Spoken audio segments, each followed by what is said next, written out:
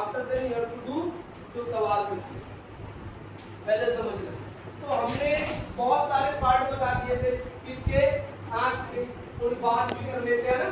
एक आइरिस था, बोलो यस सर, और उसके पहले कॉर्निया, फिर प्यूपिल, प्यूपिल मान लो ये खाली स्पेस है ना, ब्लैक स्पेस रहता है, यहाँ से लाइट आएगी। अगर ये प्यूपिल इतना हिस्सा है आई का, यहीं से लाइट इंटर करेगी, है ना। और अगर ज्यादा लाइट इंटर करेगी तो ये आइरिस क्या हो जाएगा, थोड़ा सा इसको कंप्रेस कर देगी, क्योंकि ज्यादा लाइट आंख के अंदर जानी नहीं चाहिए, आंख का पूरा सिस्टम डैमेज हो जाए। ठीक है, समझ रहे हो। तो आइरिस क्या करेगा, उसको कंप्रेस कर देगा। कंप्रेस करने के बाद लाइट जितना हिस्से का जाना था उतना हिस्सा ले जाएगा। अच्छा, जब लाइट बहुत कम है तो थोड़ा सा ये क्या कर जाएगा, स्ट्रेच कर जाएगा, खींच लेगा इसको। जैसे ये खींचेगा, अच्छा बीच में कौन था, खींचने वाला कौन था, अच्छा वो खाली स्पेस। तो ये खींचा तो थोड़ा जगह ज्यादा तो लाइट ज्यादा आ पाएगी। सर एक बार तो ये बोल रहे हो कि एक बार लाइट ज्यादा आएगी और दूसरी बार ये बोल रहे हो कि लाइट कम है। मैं ऐसा नहीं बोल रहा हूँ। देखो किसी भी केस में आंख के अंदर ज्यादा लाइट जाने से दिक्कत होनी है। ठीक है, हमारे आंख का स्ट्रक्चर भी बहुत सुटेबल है।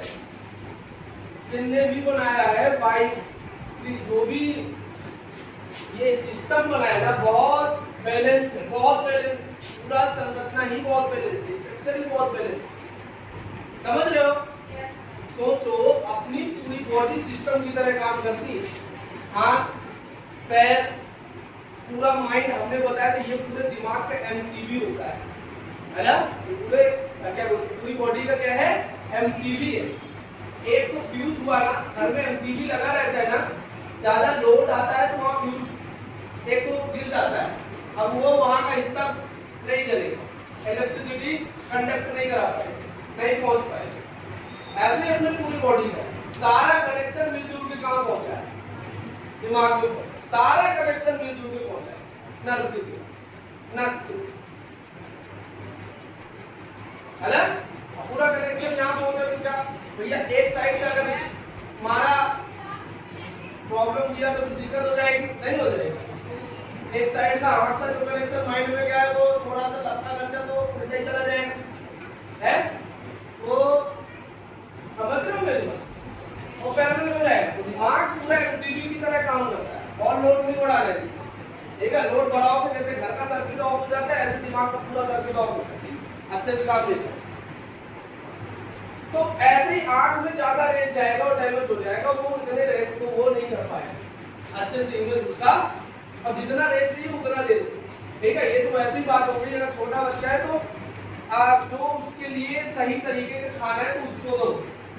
अब ये नहीं कि छोटा बच्चा तुमने खीर डाल दिया मुंह में तो मर जाए, समझ रहे हो। तो जो सही है, तो छोटे बच्चे के लिए अगर मैंने बोला आंख की लाइट के लिए नंबर ऑफ इतनी रेस चाहिए, तो अब तुमको ज्यादा रेस नहीं डालनी। तुम ज्यादा रेस भी डाल दो, कभी कभार लाइट ज्यादा होती तो आंख में क्या होता है, दिखता नहीं, अगर कभार बहुत चमकीला सा होता है नहीं दिखता। रीजन क्या है, क्योंकि आंख उतनी लाइट को एडजस्ट नहीं कर पाती, है ना। तो अपना आइरिस कितना काम करेगा, पूरा तो बंद नहीं हो जाएगा, कुछ तो लाइट जाने ही देगा ना। अब बहुत ही डाल दिए तो ये पूरा डैमेज हो जाएगा, डिस्टर्ब हो जाएगा, प्रॉब्लम भी बड़ी हो गई, बहुत बड़ी हो गई। समझ रहे हो। अरे बोलो यस। तो आंख में कुछ पार्ट है तुमको उसका वर्क फंक्शन आना चाहिए, this is the necessary condition. और जो बच्चे एब्सेंट होते हैं इसमें मेरी फॉल्ट नहीं है, क्योंकि सीरीज या कोई भी टॉपिक को कंटिन्यू हमने एक एक करके बताए। एब्सेंट के साथ आओगे बेटा टॉपिक भी नहीं आएगा, आगे जो भी पढ़ाएंगे वो तो नहीं है, क्योंकि हर एक चीज पीछे से रिलेटेबल है, नॉलेज गैप आगे नहीं सीखते। तो ये बताओ मेरे को, बताओ कि बेटा ये तो हो गया था कौन, बताओ बताओ, कॉर्निया मैंने सब बता दिया तो बार बार में बातें कर ये क्या हो गया था, कॉर्निया। कॉर्निया। जस्ट ये जो खाली स्पेस है कौन है, प्यूपिल। पकड़ के कौन, आइरिस। इसको पकड़ के नहीं है, वो जगह ही है, यानी आइरिस ही यहाँ तक आया, तो बाकी खाली स्पेस में प्यूपिल। ठीक है, बोलो यस सर। हिस्सा रहता है ऐसे, स्टेक हो जाता है, हिस्सा भी है और कंप्रेस भी। Yes sir. ठीक है, लाइट के ऊपर है, किसके ऊपर है, लाइट। ठीक है। अगला वाला जो रहता है कौन, सिलियरी मसल। फ्लेक्सिबल है। Yes, sir. क्या है लेंस? Flexible. और इसको खींचने का काम करता है सिंपल सा एक मसल जिसको बोलते हैं Ciliary muscle. Simple. Yes, sir. ठीक है, बोलो। Yes, sir. अब मैंने इसको थोड़ा सा, अगर मान लो, देखो मेरी बात समझो, मान लो तुम्हारा कोई ऑब्जेक्ट यहाँ पे और लेंस से ये ऑब्जेक्ट की डिस्टेंस बड़ी कम है, बहुत कम, मतलब ये समझो लेंस है, ये क्या समझो, ये क्या समझो, और यहाँ पे ऑब्जेक्ट, तो भैया पास हो गया, बोलो।